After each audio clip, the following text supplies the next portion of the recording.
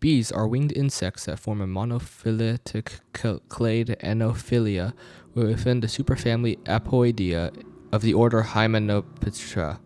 With over 20,000 known species and 7 recognized families, some species, including honeybees, bumblebees, and stingless bees, are social insects living in highly hierarchical colonies, while most species, around or over 90%, including mason bees, carpenter bees, leafcutter bees, and sweat bees, are solitary.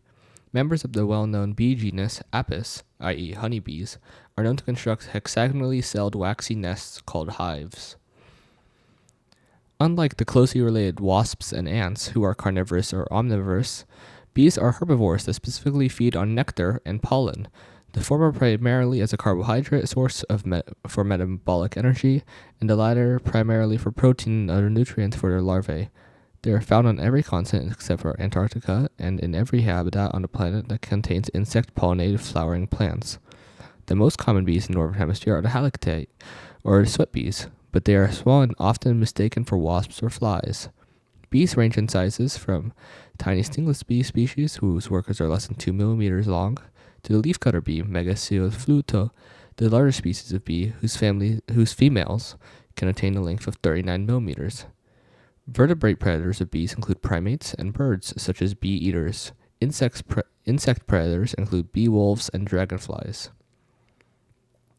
Bees are best known to humans for their ecological roles as pollinators, and in the case best known species, the western honeybee, for producing honey, a regurgitated viscous mixture of digested monosaccharides kept as food storage of the bee colony. Pollination management via bees is important both ecologically and agriculturally, and a decline in wild bee populations has increased the demand value of domesticated pollination by commercially managed hives of honeybees. The analysis of 353 wild bee and hoverfly species across Britain from 1980 to 2013 found the insects have been lost from a quarter of the places that they inhabited in 1980. Human beekeeping, or apiculture, meliponiculture for stingless bees, has been practiced as a discipline of animal husbandry for millennia, since at least the times of ancient Egypt and ancient Greece.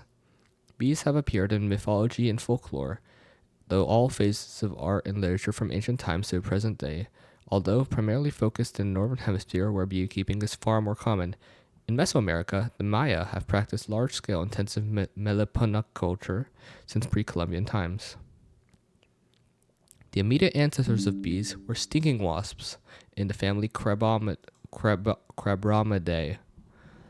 which were predators of other insects. The switch from insect prey to pollen may have resulted from the consumption of prey insects, which were flower visitors and were partially covered with pollen when they were fed to wasp larvae. This same evolutionary scenario may have occurred within the Vespoid wasps, where the pollen wasps have evolved from predatory ancestors. Based on the phylogenetic analysis, bees were thought to have originated during the early Cretaceous, or about 124 million years ago, on the supercontinent of West Gondwana, just prior to its breakup into South America and Africa. The supercontinent is thought to have been a largely xeric environment at this time. Modern bee diversity hotspots are also in xeric and seasonal temperate environments, suggesting strong niche conservatism among bees ever since their origins. Genomic analysis indicates that despite only appearing much later in the fossil record, all modern bee families have already diverged from one another by the end of the Cretaceous. The Melitidae, Apidae, and Megachilidae have already evolved on the supercontinent prior to its fragmentation. Further divergences were facilitated by West Gondwana's breakup about 100 million years ago, leading to a deep Africa-South America split within the both Apidae and Megachilidae, and the isolation of the Melitidae in Africa, and the origins of the Caletidae, Adrenidae, and Halktidae in South America. The rapid radiation of the South American bee families is thought to have followed the concurrent radiation of flowering plants in the same region. Later in the Cretaceous, or about 80 million years ago, coletid bees colonized Australia from South America, with an offshoot lineage evolving in the Strenotrittidae. And by the end of the Cretaceous, South American bees had also colonized North America. The North American fossil taxon Cretotrigona belongs to a group that is no longer found in North America, suggesting that many bee lineages went extinct during the Cretaceous Paleogene extinction event. Following the KPG extinction, surviving bee lineages continued to spread into the northern hemisphere, colonizing Europe from Africa by the Paleocene, and then spreading east to Asia. This was facilitated by the warming climate around the same time, allowing bees to move to higher latitudes and following the spread of tropical and subtropical habitats. By the Eocene, there is already considerable diversity among eusocial bee lineages. A second extinction event among bees is thought to have occurred due to rapid climatic cooling from the Eocene Oligocene boundary, leading to extinction of some bee lineages, such as the tribute Melicertini. Over the Paleogene and Neogene, different bee lineages continued to spread all over the world, and the shifting habitats and connectedness of continents led to the isolation and evolution of many new bee tribes. The oldest non-compression bee fossil is Cretotrigina prisca, a corbiculate bee of the late Cretaceous age, found in New Jersey amber. A fossil from the early Cretaceous, Militosphex burmenis, was initially considered an extinct lineage of pollen-collecting Apodia, sister to the modern bees, but subsequent research has rejected the claim that Militosphex is a bee, or even a member of the superfamily Apoidea, to which bees belong, instead treating the lineage as Insectoid sedis within the Aculeata. The Alepidapini within the Apidae appeared about 53 million years ago. The Collid today appear as fossils only from the late Oligocene to the early Miocene. The Melitidae are known from the Paleomacropus Eocenus in the early Eocene. The Megachilae are known from trace fossils from the middle Eocene. The Andreidae are known from the Eocene-Oligocene boundary around 34 million years ago of the fluorescent shale. The Halicdae first appear in the early Eocene with species found in amber. The Stratotridae are known from fossil cells of the Pleistocene age. The earliest animal pollinated flowers were shallow, cup-shaped blooms pollinated by insects such as beetles, so the syndrome of insect pollination was well established before the first appearance of bees. The novelty is that bees are specialized as pollination agents with behavioral and physical modifications that specifically enhance pollination and are the most efficient pollinating insects. In the process of coevolution, flowers developed floral rewards such as nectar and longer tubes, and bees developed longer tongues to extract the nectar. Bees also developed structures known as scopal hairs and pollen baskets to collect and carry pollen. The location and type differ among the different type groups of bees. Most species have scopal hairs on their hind legs or on the underscale of the abdomens. Some species in the family Apidae have pollen baskets on their hind legs, while very few lack these and instead collect pollen in their crops. The appearance of these structures drove the appedative radiation of the angiosperms and in turn bees themselves. Bees co-evolved not only with flowers, but it is believed that some species co-evolved with mites. Some provide tufts of hair called acarinacea that appear to provide lodging for mites. In return, it is believed that mites eat fungi that attack pollen, so that the relationship in this case may be mutualistic. Molecular phylogeny was used by Debevec to demonstrate that the bees arose from deep within the Crabrodinae sensu lato, which was thus rendered paraphyletic. In their study, the placement of the monogeneric Heterogeneidae was uncertain.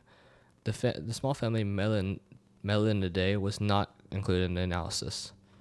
Further studies by San elevated the subfamilies of Crabrodinae sensu lato to family status. They also recovered the placement of Heterogenea and Nisonini and sunk Heterogeneidae. The newly erected family, Amoplanidae, formerly a subtribe of Pamphragnoididae, was recovered as the most sister family to bees. This cladogram of bee families is based on which places the former families Decipodidae and Meganomidae as subfamilies inside the Melitidae. English names were available, given in parentheses. Bees differ from closely related groups such as wasps by having branched or plume-like setae, combs on their forelimbs for cleaning their antennae. Small anatomical differences in limb structure and venation of the hind legs, and in females by having the several dorsal abdominal plate divided into two half plates. A pair of large compound eyes, which cover much of the surface of the head. Between and above these are three simple eyes, which provide information on light intensity. The antennae usually have 13 segments in males and 12 in females, and are geniculate, having an elbow joint part way along. They house large numbers of sense organs that can detect touch, smell, and taste, and small hair-like mechanoreceptors that can detect air movements as to hear sounds. The mouth parts are adapted for both chewing and sucking by having both a pair of mandibles and a long proboscis for sucking up nectar. The thorax has three segments, each with a pair of robust legs and a pair of membranous wings on the hind two segments. The front legs of corbiculate bear combs for cleaning the antennae, and in many species the hind legs bear pollen baskets, flattening sections with incurving hairs to secure the collected pollen. The wings are synchronized in flight, and the somewhat smaller hind wings connect to the forewings by a row of hooks along their margin, which connect to a groove in the forewing. The abdomen has 9 segments, the hindermost 3 being modified into the sting. The largest species of bee is thought to be Wallace's giant bee, Megachile pluto, whose females can attain a length of 39 millimeters. The small species may be dwarf stingless bees in the tribe Meloponini, whose workers are less than 2 millimeters in length. According to inclusive fitness theory, organisms can gain fitness not just through increasing their own reproductive output, but also that of close relatives. In evolutionary terms, individuals should help relatives when cost is less important than relatedness and time's benefit. The requirements for eusociality are usually fulfilled by haplodiploid species such as bees, because of their unusual relatedness structure. Apologies, let me drink some water.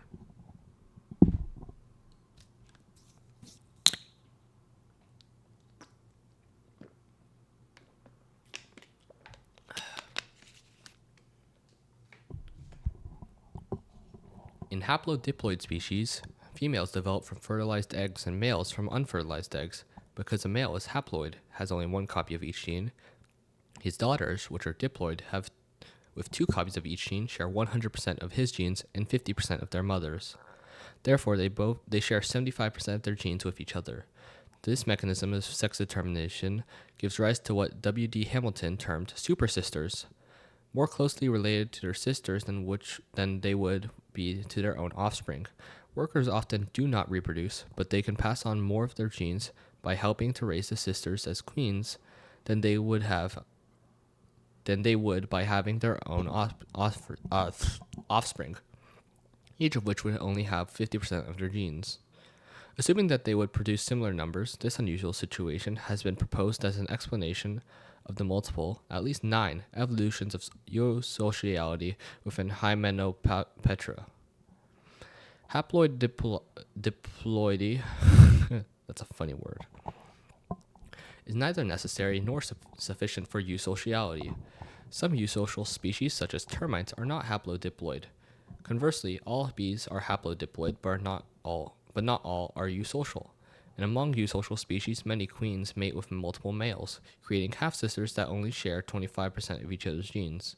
But monogamy is the ancestral state for all eusocial species so far investigated, so it is likely that haplodiploidy contributed to the evolution of eusociality in bees. Bees may be solitary or may live in various types of communities. Eusociality appears to have originated from at least three independent origins in halictid bees.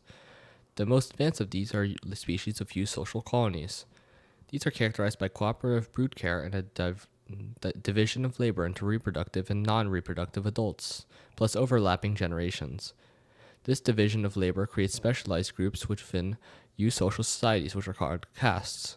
In some species, groups of cohabiting females may be sisters, and if there is division of labor within the group, they are considered semi-social.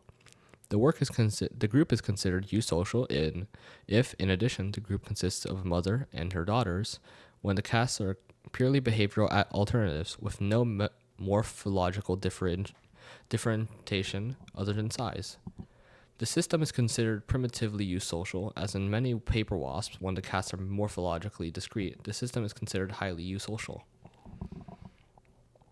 True honeybees, of which 8 species are currently recognized, are highly eusocial and are among the best known insects.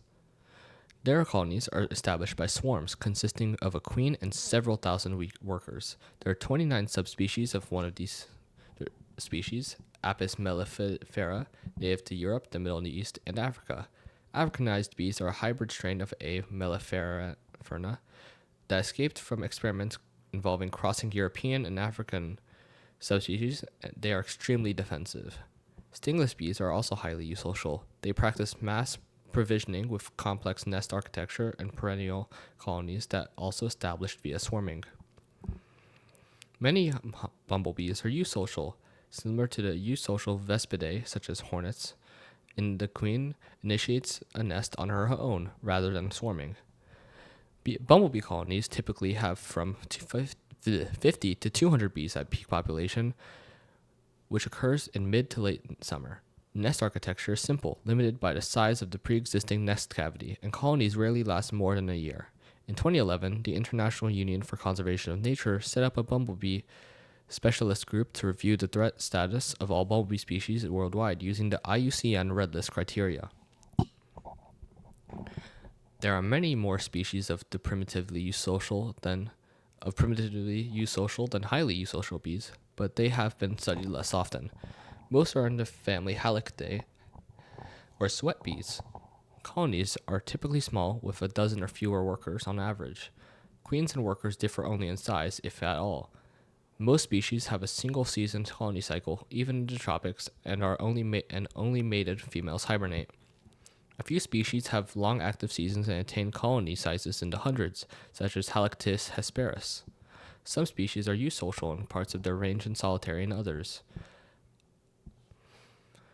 or have a mix of eusocial and solitary nests in the same population. The orchid bees include some primitively eusocial species with similar biology.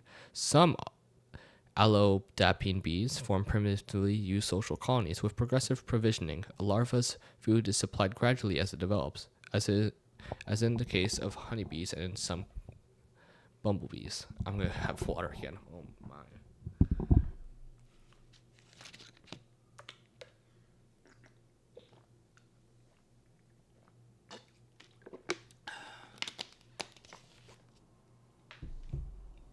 Oh, we're almost 20 minutes in already, and we're not all in. Most of the bees, including familiar insects such as carpenter bees, leafcutter bees, and mason bees, are solitary in the sense that every female is fertile and typically inhabits a nest she constructs herself. There is no division of labor, so that these nests lack queens and worker bees for these species. Solitary bees are typically produce neither honey nor beeswax. Bees collect pollen to feed their young and have the necessary adaptations to do this. However, certain wasp species, such as pollen wasps, have similar behaviors, and a few species of bees scavenge from the carcasses to feed their offspring.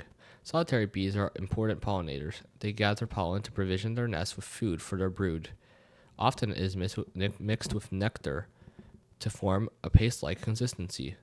Some solitary bees have advanced types of pollen-carrying structures on the back of their bodies. Very few species of solitary bee are being cultured for commercial pollination. Most of these species belong to a distinct set of genera, which are commonly known by their nesting behavior preferences, namely carpenter bees, sweat bees, mason bees, plaster bees, squash bees, dwarf carpenter bees, leafcutter bees, alkali bees, and digger bees. Most solitary bees are fossorial, digging nests in the ground in a variety of soil textures and conditions, while others create nests in hollow reeds or twigs in holes of wood. The female typically creates a compartment with an egg and provisions for resulting larva, then seals it off. A nest may consist of numerous cells. When the nest is in wood, usually the last contain eggs which will become males.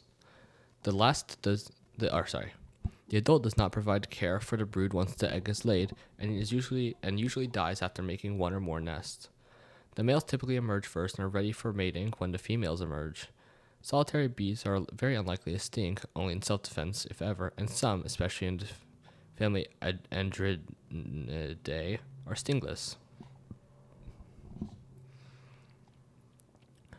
While solitary, females may make individual nests. Some species, such as the European mason bee Hoplites anthrocopoides and the Dawson's burrowing bee Amegilla dawsoni, are gregarious, preferring to make nests near others of the same species, and giving the appearance of being social. Large groups of solitary bee nests are called aggregations to distinguish them from colonies. In some species, multiple females share a common nest, but each makes and provisions her own cells separately. This type of group is called communal and is not uncommon. The primary advantage appears to be that nest entrance is easier to defend from predators and parasites when multiple females use that same entrance regularly. The life cycle of a bee, be it solitary or social species, involves the laying of an egg, the development through several molts of legless larvae, a pupation stage during which the insect undergoes complete metamorphosis, following by the emergence of a winged adult. The number of eggs laid by a female during her lifetime can vary from 8 or less in some solitary bees to more than 1 million in highly social species. Most solitary bees and bumblebees in temperate climates overwinter as adults or pupate and emerge in spring when increasing numbers of flowering plants come to bloom. The males usually emerge first and search for females with which to mate. Like the other members of Hymenoptera, bees are haplodiploid. The sex of a bee is determined by whether or not the egg is fertilized.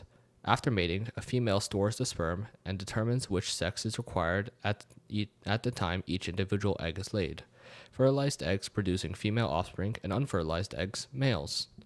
Tropical bees may have several generations in a year and no diapause stage. The egg is usually oblong, slightly curved and tapering at one end. Solitary bees lay each egg in a separate cell with a supply of mixed pollen and nectar next to it. This may be rolled into a pellet or placed into a pile, which is known as mass provisioning. Social bee species provision progressively, that is, they feed the larva regularly while it grows. The nest varies from a hole in the ground or in wood in solitary bees to a substantial structure with wax combs in bumblebees and honeybees. In most species, larvae are whitish grubs, roughly oval and bluntly pointed at both ends. They have 15 segments and spiracles in each segment for breathing. They have no legs but move within the cell, helped by tubercles on their sides. They have short horns on the head, jaws for chewing food, and an appendage on either side of the mouth tapped with a bristle. There is a gland under the mouth that secretes a viscous liquid, which solidifies into the silk they use to produce a cocoon. The cocoon is semi-transparent and the pupa can be seen through it. Over the course of a few days, the larva undergoes metamorphosis into a winged adult. When ready to emerge, the adult splits its skin dorsally and it climbs out of the exuvi and breaks out of the cell. Antoine Magnan's 1934 book Le Vol des Insectes says that he and André Saint-Laguerre had applied the equations of air resistance to insects and had found that their flight could not be explained by fixed wing calculations, but that one shouldn't be surprised that the results of the calculations don't square with reality. This had led to a common misconception that bees violate aerodynamic theory, in the fact that it merely confirms that bees do not engage in fixed wing flight, and that their flight is explained by other mechanics such as those used by helicopters. In 1996, it was shown that the vortices created by many insects' wings helped to provide lift. High-speed cinematography and robotic mock-up of a bee's wing showed that lift was generated by the unconventional combination of short, choppy wing strokes, a rapid rotation of the wing as it flops over and reverses direction, and a very fast wing beat frequency. Wing beat frequency normally increases as size decreases, but as the bee's wing beat covers such a small arc, it flaps approximately 230 times per second, faster than a fruit fly, which is 80 times smaller. The ethologist Carl von Frisch studied the navigation in the honeybee. He showed that honeybees communicate by the waggle dance, in which a worker indicates the location of a food source to others in the hive. He demonstrated that bees can recognize the desired compass direction in 3 different ways: by the sun, by the polarization pattern of the blue sky, and by Earth's magnetic field. He showed that the sky is the preferred or main compass. The other mechanisms are used under cloudy skies or inside a dark beehive. Bees navigate using spatial memory and with a rich map-like organization. The gut of bees is relatively simple, but with multiple metabolic strategies exist in the gut microbiota. Pollinating bees consume nectar and pollen, which require different digestion strategies by somewhat specialized bacteria. While nectar is a liquid of mostly monosaccharide sugars and so easily absorbed, pollen contains complex polysaccharides, branching pectin and hemicellulose. Approximately 5 groups of bacteria are involved in digestion. 3 groups specialize in simple sugars, Snodgrassella, and 2 groups of lactobacillus, and 2 other groups in complex sugars, Giliamella and Bifidobacterium. Digestion of pectin and hemicellulose is determined by bacterial clades Giliamella and Bifidobacterium respectively. Bacteria that cannot digest polysaccharides can obtain enzymes from their neighbors, and bacteria that lack certain amino acids do the same, creating multiple ecological niches. Although most bee species are nectarivorous and palynivorous, some are not. Particularly unusual are vulture bees in the genus Trigona, which consume carrion and wasp brood, turning meat into a honey-like substance. Drinking guttation drops from leaves is also a source of energy and nutrients. Most bees are polylactic, meaning that they collect pollen. Correct. What am I, Japanese or something? I am.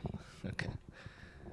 Meaning that they collect pollen from a range of flowering plants, but some are oligoleans in that they only gather pollen from one or a few species of genera of closely related plants. In Miletidae and Apidae, we find a few genera that are highly specialized for collecting plant oils, both in addition to and instead of nectar, which is mixed with pollen as larval food. Male orchid bees in some species gather aromatic compounds from orchids, which is one of the few cases where male bees are effective pollinators. Bees are able to sense the presence of desirable flowers through an ultraviolet padding on the flower, floral odors, and even electromagnetic fields. Once landed, a bee then uses nectar quality and pollen patterning on flowers, floral odors, and even to determine whether to continue visiting similar flowers. In rare cases, a plant species may only be effectively pollinated by a single bee species, and some plants are endangered at least in part because their pollinators also threatened. But there's a pronounced tendency for oligoelectric bees to be associated with common widespread plants visited by multiple pollinator species. For example, the creosote bush in the arid parts of the United States Southwest is associated with some 40 oligoleans. Many bees are aposematically colored, typically orange and black, warning of their ability to defend themselves with a powerful sting. As such, they are models for Batesian mimicry by non-stinging insects such as bee flies, robber flies, and hoverflies, all of which gain a measure of protection by superficially looking and behaving like bees. Bees are Bees are themselves Mullerian mimics of other aposematic insects with the same color scheme, including wasps, lichen, and other beetles, and many butterflies and moths, which are themselves distasteful, other through acquiring bitter and poisonous chemicals from their plant food. All of the Mullerian mimics, including bees, benefit from the reduced risk of protection that results from their easily recognized warning coloration. Bees are also mimicked by plants, such as the bee orchid, which imitates both the appearance and scent of a female bee. Male bees attempt to mate with the furry lip of the flower, thus pollinating it. Brood parasites occur in several bee families, such as the apid subfamily Nominidae. Females of these species lack pollen. Sorry, I'm still over this pseudocopulation. All right. Females of these species lack pollen collecting structures and do not construct their own nests. They typically enter the nests of pollen collecting species and lay their eggs in cells provisioned by the host bee. When the cuckoo bee larva hatches, it consumes the host larva's pollen ball and often the host egg too. In particular, the Arctic bee species Bombus hyperabarius is an aggressive species that attacks and enslaves other bees of the same subgenus. However, unlike many other bee brood parasites, they have pollen baskets and often collect pollen. In southern Africa, hives of African honeybees are being destroyed by parasitic workers of the Cape honeybee. These lay diploid eggs, escaping normal worker policing, leading to the colony's destruction. The parasites can then move to other hives. The cuckoo bees in the Bombus subgenus Physehyris are closely related to and resemble their hosts in looks and size. This common pattern gave rise to ecological principle Emery's rule. Others parasitize bees and other different families, such as Townsendella, Anomidae, apid. Two species are kleptoparasites of the Dasypodidae genus Hesperus. God, I hate Latin. While the other species in the same genus attacks halictid bees.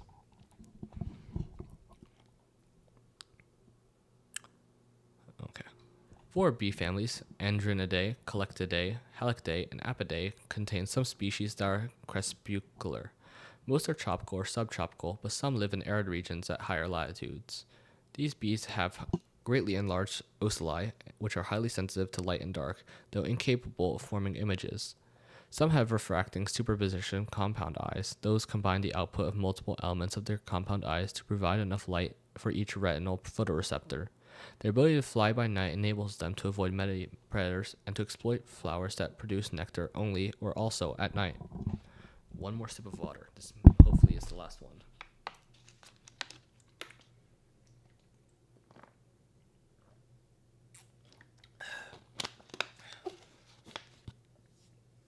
I get worn out after talking for a while.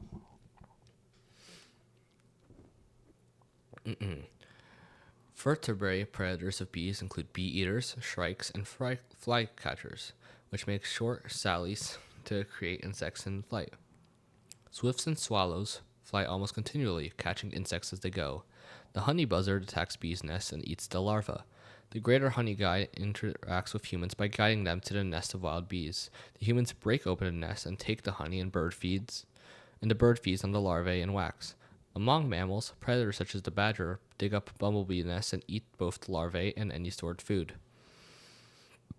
Specialist ambush predators of visitors to flowers include crab spiders, which wait on flowering plants for pollinating insects, predatory bugs, and praying mantises, some of which, the flower mantises of the tropics, wait motionless, aggressive mimics camouflage as flowers. Bee wolves are large wasps that habitually attack bees. The ethologist Nico Tinbergen estimated that a single colony of the bee wolf, Phyllanthus triangulum, might kill several thousand honeybees in a day. All the prey he observed were honeybees. Other predatory insects that sometimes catch bees include robber flies and dragonflies. Honeybees are affected by parasites including tracheal and varroa mites. However, some bees are believed to have mutualistic relationship with mites. Some mites of the genus Tarsianus are associated with bees. They live in bee nests and ride on adult bees for dispersal. They are presumed to feed on fungi, nest materials, or pollen. However, the impact they have on bees remains unclear. Homer's hymn to Hermes describes three bee maidens with the power of divination and thus speaking truth, and identifies the food of the gods as honey. Sources associated the bee maidens with Apollo, and until the 1980s, scholars followed Gottfried Hermann in incorrectly identifying the bee maidens of the Dirae. Honey, according to Greek myth, was discovered by a nymph called Melissa, and honey was offered to the Greek gods from Mycenaean times. Bees were also associated with the Delphic oracle, and a prophetess was sometimes called a bee. The images of a community of bees have been used from ancient to modern times in Aristotle and Plato, in Virgil and Seneca, in Erasmus and Shakespeare, Tolstoy, and by political and socialist theorists such as Bernard Mandeville and Karl Marx as a model for human society. In English folklore, bees would be told of important events in the household in a custom known as telling the bees. Honeybees, signifying immortality and resurrection, were royal heraldic emblems of the Merovingians, revived by Napoleon. Some of the oldest examples of bees in art are rock paintings in Spain, which have been dated to 1500 BC.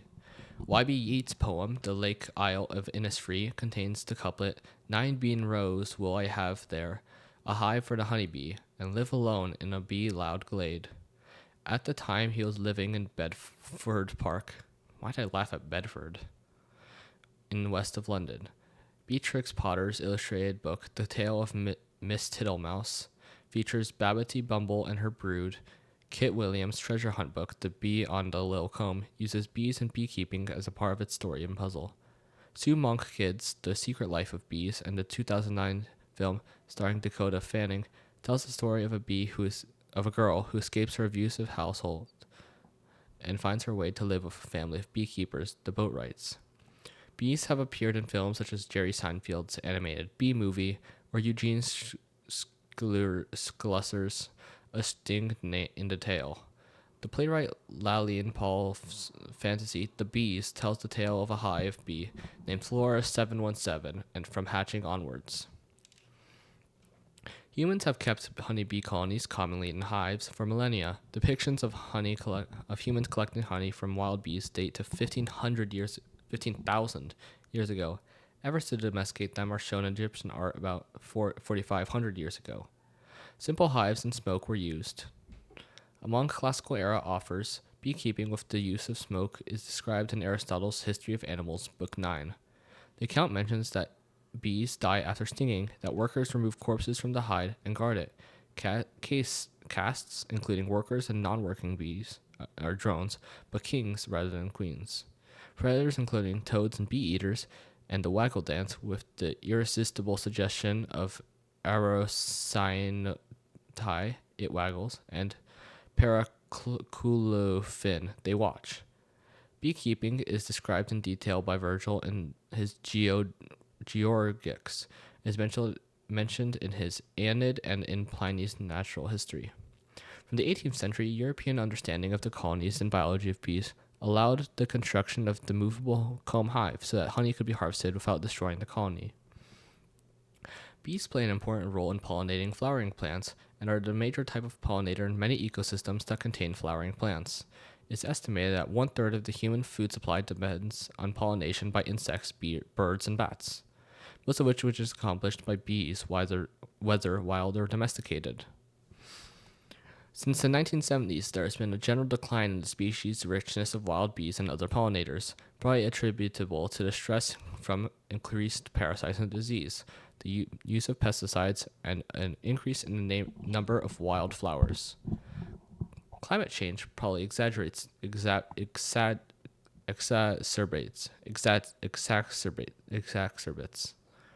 problem.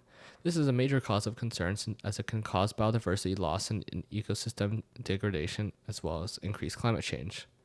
Contract pollination has overtaken the role of honey production for beekeepers in many countries. After introduction of varroa mites, feral honeybees have declined dramatically in the U.S., though their numbers have since recovered.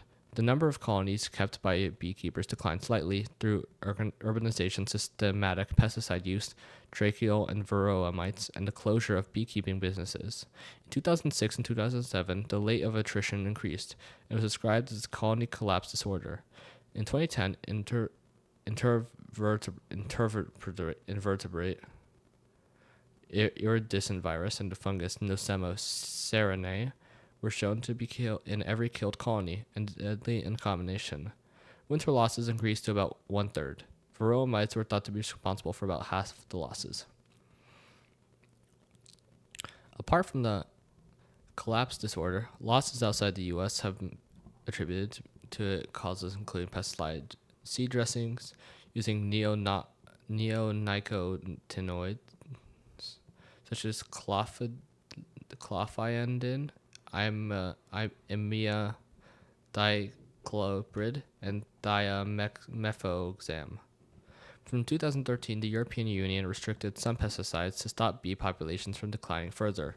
In 2014, the Intergovernmental Panel on Climate Change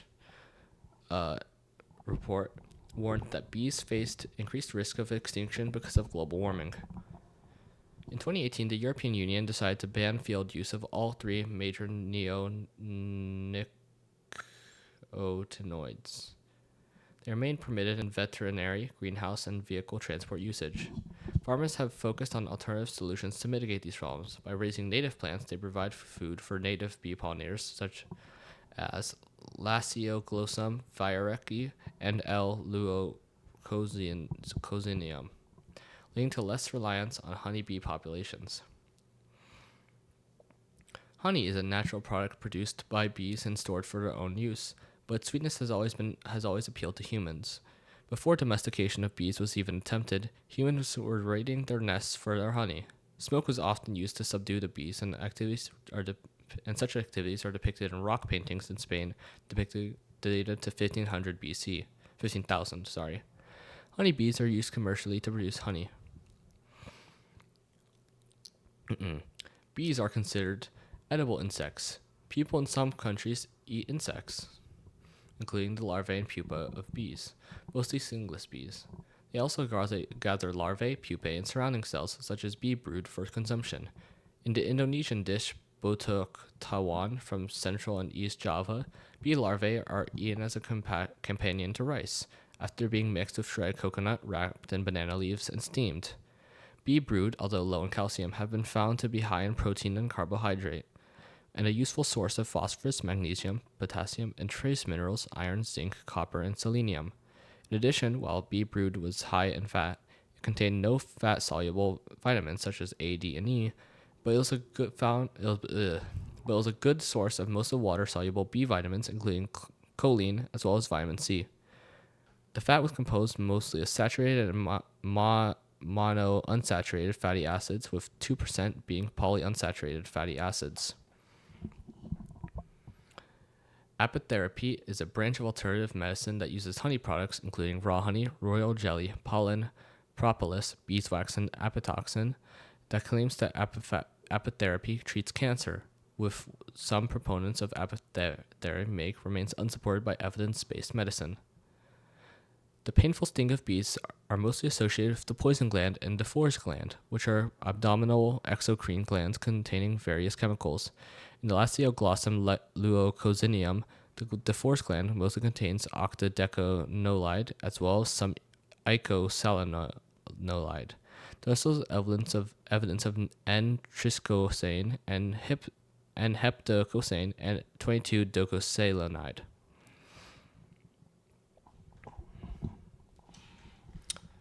Okay, I assume that is the end, because who cares? I'm not reading out all these references. They don't matter.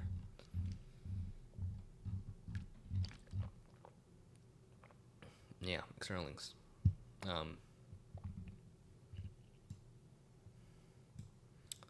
I hope you enjoyed me reading the Wikipedia page of bees. this is really what I should have spent 45 minutes of my life on.